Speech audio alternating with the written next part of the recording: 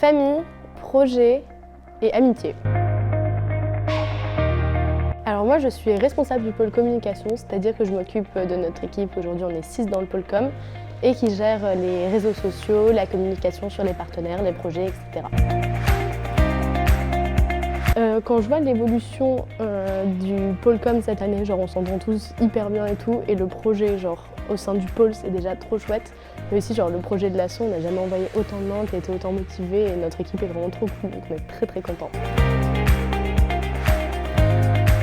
Le projet global de l'asso, c'est donc envoyer des dispositifs lumineux, rechargeables et neutres pour l'environnement, on va dire, pas mauvais pour l'environnement, dans des villes où il n'y a pas d'accès à l'électricité pour les enfants, qu'ils puissent rentrer chez eux, continuer à étudier, etc.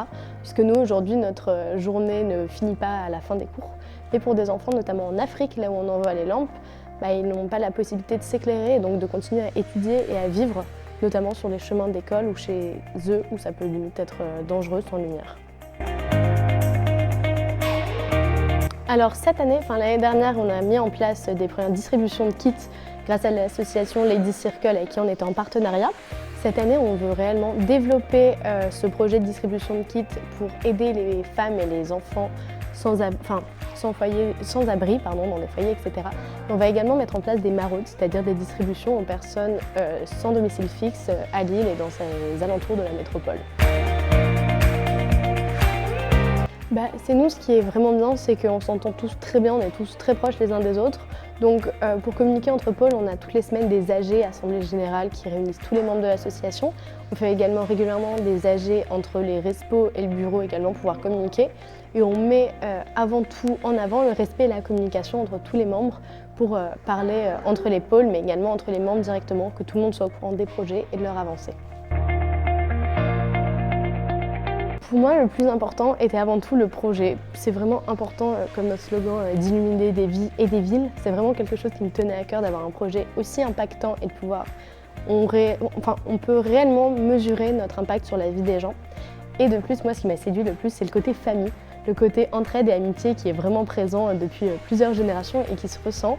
Moi, c'est vraiment ce qui m'a séduit dans l'association. Après, j'ai choisi d'être au pôle communication, parce que pour moi, c'est comme ça qu'on peut donner le plus d'ampleur à tous nos projets.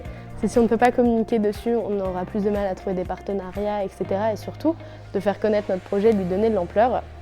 Ensuite, avoir choisi d'être responsable communication, c'est parce que je voulais m'impliquer dans l'association. C'est quelque chose qui me tient vraiment à cœur.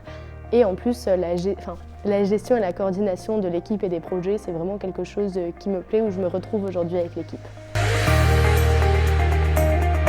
Alors je pense déjà on acquiert beaucoup de compétences techniques dans la maîtrise de logiciels, de réseaux sociaux, etc.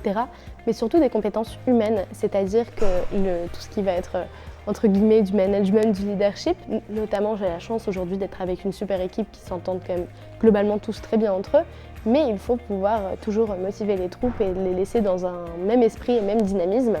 Je pense que c'est vraiment ça, la question esprit d'équipe et gestion d'équipe qui a été la plus importante et bénéfique pour moi.